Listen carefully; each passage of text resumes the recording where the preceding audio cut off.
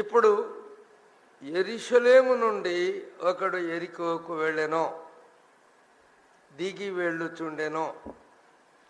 మార్గములో దొంగల చేత కొట్టబడెను, బట్టలు దోచుకోబడెను, కొర ప్రాణములతో కొట్టి పడవేసి వెళ్ళిపోయారు. ఇది ఒక పాఠం. ఇది ఎవరైనా సరే దేవుని స్థలాన్ని వదిలిపెట్టి దూరంగా వెళితే, దేవుని స్థలము కాని అటువంటి దానికి వెళితే ఒక అపాయాలున్నాయి, కష్టములున్నాయి, నష్టాలు వస్తున్నాయి. అబ్రహాము కనాను దేశమును వదిలిపెట్టి ఐగుప్తుకు వెళ్ళాడు, కరువు వచ్చిన కారణం చేత. అయితే దేవుడేమో ఐగుప్తు పొమ్మని చెప్పలేదు, కానీ తానే మానవ ఆలోచన ప్రకారం అక్కడి నుంచి వెళ్ళి ఆయన ఐగుప్తుకు వెళ్ళాడు. అక్కడ పోయి ఎంతో గొప్ప అవమానాన్ని భరించాడు. కాబట్టి దేవుడు చూపించకుండా ఏది చేసినా, దేవుడు చూపించంది చేసినా దానికి నష్టం ఉంది. రెండో వ్యక్తి కూడా ఉన్నాడు, ఇస్సాకు కూడా అట్లనే ఐగుప్తు వెళ్ళాడు. అక్కడ ఆయన కూడా చాలా అవమానం పాలయ్యాడు. ఆ తర్వాత సంగతులు ఫిలిస్తీన్ల దేశం కూడా వెళ్ళారు. అక్కడ కూడా వాళ్ళకు కొన్ని కష్టాలు వచ్చాయి, నెమ్మది లేదు. ఎందుకు అంటే దేవుడు ఏది చూపించాడో అక్కడ కష్టం రాని, ఇబ్బంది రాని, ఇరుకు రాని, శోధన రాని, ఏమని రాని అక్కడే జయించాలా. ఎందుకంటే అక్కడే సహాయం ఉంది. సియోనులో నుండి నేను మిమ్మల్ని ఆదరిస్తాను, సియోనులో నుండి నేను మిమ్మల్ని ఆశీర్వదిస్తాను. సరే, ఇప్పుడు రెండో వ్యక్తి విషయమై, ఈ వ్యక్తి విషయమై ఒక సమరయుని గురించి ప్రభు చెప్పడంలో కూడా నేను ముందే దాన్ని వివరించాను. ఇప్పుడు దొంగల చేత కొట్టబడ్డాడు. ఎందుకంటే దొంగల చేతిలో చిక్కాడు. తన మార్గం సరైనది కాదు, తను ఎరికో వెళుతున్నాడు. మరి వేరే వాళ్ళు కూడా వెళుతున్నారు కదా, వాళ్ళు యెరూషలేమునకు వస్తున్నారు. యెరూషలేమునకు వస్తున్న వారిని దొంగలు ఏమంటలేరు, ఏం చేయడం లేదు. ఇప్పుడు నేరారోపము చేసిన వాడు ఇతడు కనుక ఇతడు ఎవరు అంటే ఒక విశ్వాసి. యెరూషలేములో నివసిస్తున్నటువంటి వాడు. ఎట్లా మనం బెతస్తా ప్రార్థనా మందిరానికి వస్తూ నివసిస్తుంటామో అట్లానే అక్కడ ఉండే వ్యక్తి అతను. అయితే దాన్ని విడిచిపెట్టేశాడు. ఎందుకో కారణం తెలియదు, కానీ దిగిపోతున్నాడు. శాపగ్రస్తమైన స్థలానికి వెళ్ళిపోతున్నాడు. మధ్యలోనే కొట్టబడ్డాడు. ఇది పడిపోయిన విశ్వాసి జీవితాన్ని చూపిస్తుంది. ఎంతోమంది దేవుని యొక్క స్థలాన్ని విడిచిపెట్టి వెళ్ళుట ద్వారా ఇటువంటి ఇబ్బందులు, శోధనలు, కష్టాలు, భయంకరమైనటువంటివి వాళ్ళ అనుభవంలోనికి రావాల్సి వస్తుంది.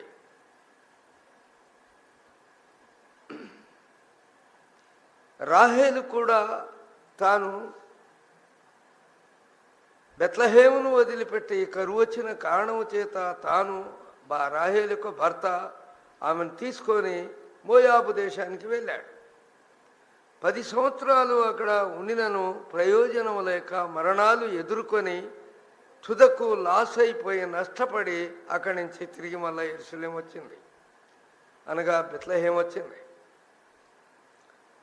కాబట్టి దేవుని సన్నిధి విడిచిన వాళ్లకు అపాయం ఉన్నది అని ఇక్కడ మనకు అర్థమవుతుంది. ఇప్పుడు మనమైతే ఏ యెరూషలేమునకు చెందిన వారం? పైనున్న యెరూషలేమునకు చెందిన వారం, కిందున్న యెరూషలేమునకు చెందిన వారంగా. కాబట్టి మనము దాని కొరకు ఎదురు చూస్తున్నాం.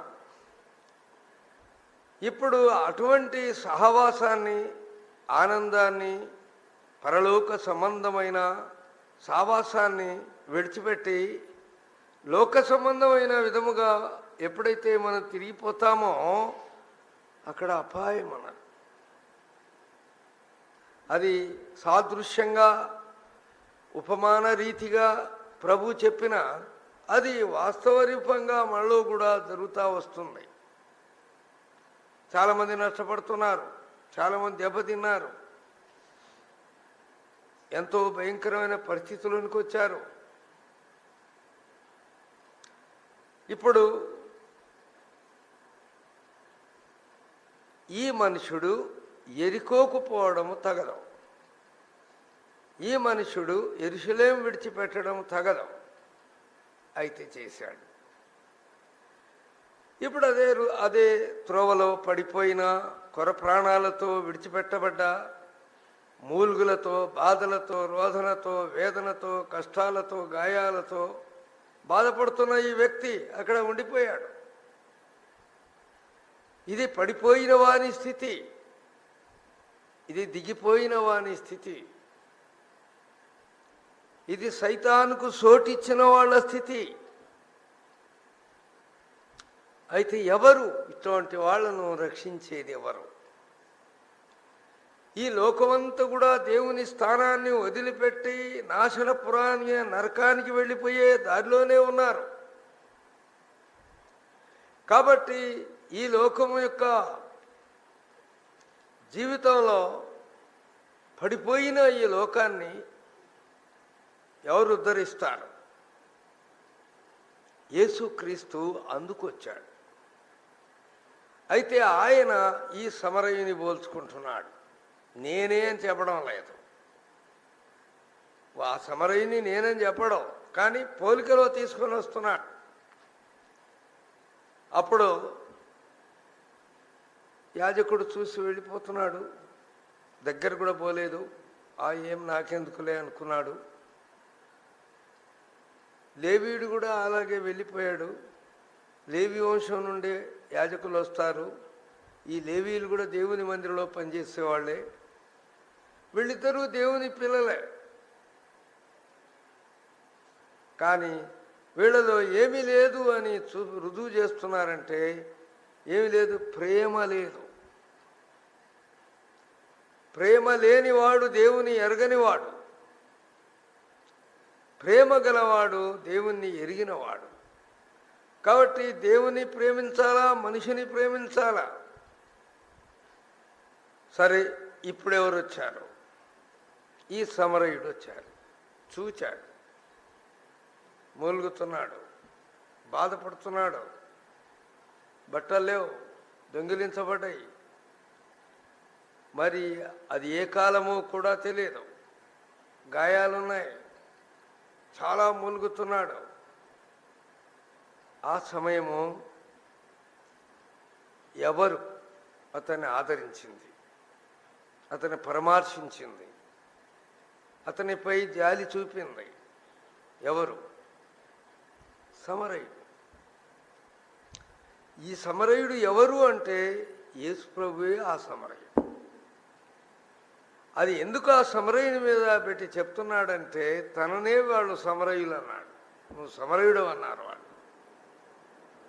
సరే, అక్కడ మనం చదువుతాం. చివరకు వచ్చాం. ఇది హిస్టరీ, ఇది లేకపోతే ఇది ఉపమానంలో ఒక గంభీరమైన సత్యం ఉంది. ఇప్పుడు ఆ భాగం చదువుతాం. చూడండి, ఆ సమరయుడు త్రోవలో వస్తున్నాడు తన వాహనం మీద. చదవండి. అయితే ఒక సమరయుడు, ఈ సమరయుడు ఎవరు అంటే ఆయన యేసు ప్రభువే. కానీ చెప్తున్నాడు, ఒక సమరయుడు కూడా ప్రయాణమైపోతున్నాడు. అక్కడికి వచ్చి చూశాడు, వాడు పడి ఉన్నాడు. ఆడ పడి ఉన్న చోటుకు వచ్చాడు. వచ్చి ఆగిపోయాడు, దిగాడు, అతని దగ్గరికి పోయాడు. అతనిని చూచి ఎలా పడిపోయాడు, మూలుగుతున్నాడు, బాధపడుతున్నాడు. ఇతడు అక్కడ ఆగి చూచాడు, పడి ఉన్న వాడిని చూచాడు. చూసిన తర్వాత వెంటనే జాలి పడ్డాడు. ఈ జాలి అనేది దేవునిది. ఆయన అన్నాడు, యెహోవా తన ప్రజల మీద జాలి పడతాడు. భూమికి ఆకాశమునకు ఎంత దూరం ఉన్నదో మానవులకు వారి తలంపులకు అంత దూరం ఉంది. దేవుని తలంపులు ప్రత్యేకమైనవి. అయితే ఆ కృప, ఆ గొప్ప కృప, జాలి, దేవుడు తన ప్రజల యందు జాలి పడుతున్నాడు. తండ్రి తన కుమారుల ఎడల జాలి పడినట్లు అని రాయబడి.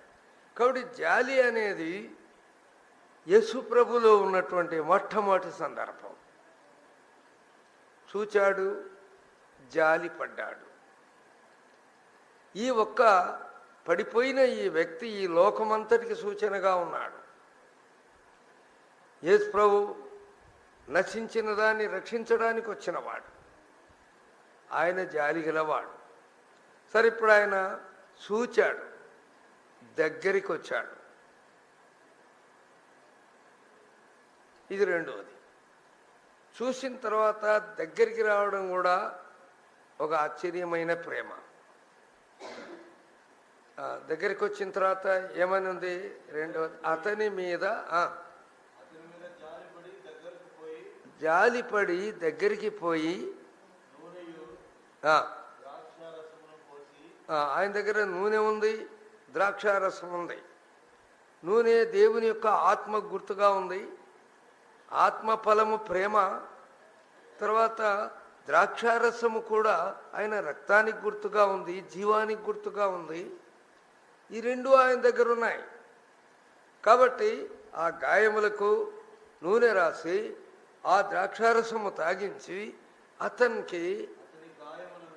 అతని గాయములను గట్టి తన వాహనం మీద ఎక్కించుకొని పోయి అది ఇంతవరకు. కాబట్టి పరామర్శించెను అనే వరకు 7 సంగతులు ఉన్నాయి అక్కడ. ఇవి ఆయన ప్రేమ లక్షణాలు. కాబట్టి దేవుని పిల్లలు ఇలాంటి ప్రేమ కలిగి ఉండాలనే ఉద్దేశంతోనే ఆయన ఈ విషయము ఈ యొక్క ధర్మశాస్త్రోపదేశకంతో చెప్తున్నాడు. నువ్వు పోయి అట్లా చేయి. చాలా కష్టమైన సంగతి. ఇతర ధర్మశాస్త్రోపదేశకుడే, చాలా కష్టమైన సంగతి. అయితే ఈ ప్రేమ ప్రత్యేకమైనది కనుక ఇది ప్రభు అయిన యేసుక్రీస్తు యొక్క ప్రేమ. ఈ ప్రేమకు చెప్పాలంటే ఏమంటున్నారు? పాట పాడతారే మనం. ఏం ప్రేమ? అగాపే ప్రేమ. అద్భుతమైన ప్రేమ, ఆశ్చర్యమైన ప్రేమ. వాడెవడో తెలియదు. ఆ పడిపోయిన వాడు ఎవడో తెలియదు. కొర ప్రాణాలతో బాధపడుతున్నవాడు ఎవడో తెలియదు. పొరుగువాడే. కాబట్టి ఈ పొరుగువాడిని ప్రేమించిన వారు ఎవరో? యేసు ప్రభువే. సరే, మీరు కూడా అట్నే చేయమంటున్నాడు. ప్రేమ లేనివాడు దేవుని ఎరగనివాడు. ప్రేమ మరణములో నుండి జీవములోనికి దాటించేది. మనము దేవుని ప్రేమించేలా ఆయన్ను మనం ప్రేమిస్తే ఆయన మనల్ని కూడా ప్రేమిస్తున్నాడు. ఆయన ముందుగానే మనల్ని ప్రేమించాడు. కాబట్టి మనం కూడా అలాంటి ప్రేమ కలిగి ఉండాలని ఆయన యొక్క భావం. నేను పరిశుద్ధులను గనుక మీరు పరిశుద్ధంగా ఉండండి. నేను నిర్దోషిగా ఉన్నానా? మిమ్మల్ని కూడా నిర్దోషంగా తీర్చాను. నేను ప్రేమ కలిగి ఉన్నానా? మీరు కూడా ప్రేమ కలిగి ఉండాలి. ప్రేమ లేనివాడు దేవుణ్ణి ఎరగనివాడు. అందువల్ల ఈ పాఠములో మనము నేర్చుకుంది, నీ పొరుగువాడెవడు? ఎవరు నా పొరుగువాడిని ప్రేమిస్తున్నారు? ఎవరు ఇలా చేస్తున్నారు అని చూసినప్పుడు ఇది ప్రభు అయిన యేసుక్రీస్తులోనే, ఆయన బిడ్డల్లోనే కనబడాలి. కాబట్టి మనం అనేకసార్లు ఏమనుకుంటామంటే, కొన్నిసార్లు మనం ప్రేమించే విధానం చూస్తే కూడా కొన్నిసార్లు ఒక విధంగా ఉంది. మేము ఒకసారి భోజనానికి వెళ్ళాం ఒక దగ్గర. వెళ్ళేప్పుడు అందరి మంచి భోజనం పెట్టేశాడు. అయిన తర్వాత మాతో పాటు ఇంకా వేరే సేవకులు కూడా ఇలా లోకరీతిగా అంటే మిషన్ సంబంధంగా సేవ చేసే కొందరిని వాళ్ళు ఆహ్వానించారు. వాళ్ళు కూడా కూర్చొని తింటున్నారు. అప్పుడు మనతో ఉన్న ఒకళ్ళని వీళ్ళతో మాకెందుకయ్యా మాతో పెట్టారు అన్నట్టు అభిప్రాయపడుతున్నాడు ఒక అతను. అప్పుడు చాలా మాకు కష్టమైంది. అప్పుడు నేను చెప్పాను, మనము ప్రేమించాలి వాళ్ళను ద్వేషించకూడదు. ప్రేమిస్తే వారు కూడా మనలాగా ప్రభుని ఎరుగుతారు. కానీ మనము ద్వేషించి రావద్దు, మాతో కూర్చోవద్దు, మా దగ్గర ఉండకూడదు అనకూడదు. ప్రేమ విషయంలో ఏ విధమైన లోపాన్ని చూపకూడదు. కానీ ఆ తర్వాత నేను అనుకున్నా, వాళ్ళు బెదిరి ఉన్నారు. ఆ తర్వాత ఆ సేవకుల్లో ఒకడు నాకు కలిసి, అయ్యా నేను భక్సింగ్ గారితో సేవ చేసే సేవకులు ఇంత ప్రేమ గలవాళ్ళని నేను అనుకోలేదు అన్నాడు. మా వాళ్ళు అయితే చాలా భేదాలు చేస్తారు, కానీ మీరు ఇంత ప్రేమ ఉన్నదే మీకు. మీతో కలిసి మేము భోజనం చేస్తే మమ్మల్ని ఎంత ప్రేమిస్తురే మీరు. కాబట్టి ఇప్పటి నుంచి మేము ఆ సహవాసం వదిలి దైవజనుడు భక్సింగ్ గారి సహవాసానికి వస్తామని వచ్చిన వాళ్ళు చాలామంది ఉన్నారు. కాబట్టి ప్రేమ సంపాదిస్తుంది, ప్రేమ రక్షణలోనికి తెస్తుంది, ప్రేమ ఆదరిస్తుంది. కాబట్టి ఈ 7 అనుభవాలతంలో మనం చూస్తున్నాం ఏంటంటే, పొరుగువాన్ని ఏం చేశాడు? చివరి మాట ఏమనుంది చెప్పండి? పరామర్శించెను. అది ప్రభు యొక్క ప్రేమ. అందుకొరకే మీరు కూడా ఇలా చేయండి అని ప్రభు చెప్తున్నాడు. అందుకే ఆయనే తగ్గించుకొని తన శిష్యుల్ని ప్రేమించాడు. పేతురు తప్పిపోతూ ఉంటే పోయి ఆ పేతుర్ని కూడా మళ్ళా తీసుకొని వచ్చాడు. ఒక్కళ్ళు కూడా విడిచిపెట్టలేదు. ఆయన తిరిగి మరణాన్ని జయించిన తర్వాత కూడా దర్శనమిచ్చాడు. వాళ్ళను ఆదరించాడు, ఆదరణకర్తను పంపించాడు. కాబట్టి మనం గ్రహించేది ఏంటంటే, ఈ భాగమంతటి ద్వారా మనం అర్థం చేసుకోవాల్సిన ఒక గొప్ప సత్యం ఏంటంటే, ఇతరులను మనం ప్రేమించాలి, పొరుగువాడిని ప్రేమించాలి, సహోదరుని ప్రేమించాలి. సహోదరుడు మనవాడే, సహోదరుని ప్రేమించాలా, పొరుగువాడిని ప్రేమించాలా, దేవుని ప్రేమించాలా, నీ కుటుంబాన్ని కూడా ప్రేమించుకోవాలా, నిన్ను నువ్వు ప్రేమించుకోవాలా. ఈ ప్రేమ అనేది ఇన్ని విధాలుగా కనబడుతుంది. కాబట్టి ప్రభు యొక్క ప్రేమను మనం ఇతరులకు కనపరిచేది ప్రభు దగ్గర మన యొక్క దాన్ని ఏమంటారు, అది క్రియలు వారి వెంట పోయాయి. అటువంటి క్రియలు మనం కూడా కలిగి ఉండాలి. వాటినే సత్క్రియలు అంటారు. ప్రేమ లేకుండా చేసేది, ఘనత కొరకు చేసేది, గొప్పతనం కొరకు చేసేది, ఏదో ఒక విధంగా చేసేది, పెద్ద నీతిమంతుణ్ణి నేను అన్నట్టు చేసేది, అది ఎప్పుడు కూడా దేవుని దృష్టికి రాదు. గనక ప్రభు యొక్క దీన ప్రేమ, ప్రభు యొక్క పవిత్రమైన ప్రేమ, ప్రభు యొక్క ప్రేమను మనం ఇతరుల ఎడల చూపించేది మన జీవితంలో మనము చేస్తున్న క్రియ అయి ఉన్నది. అట్లా ప్రభు మనకు సహాయం చేయునుగాక. మనం ఆ విధంగా గమనింతుముగాక.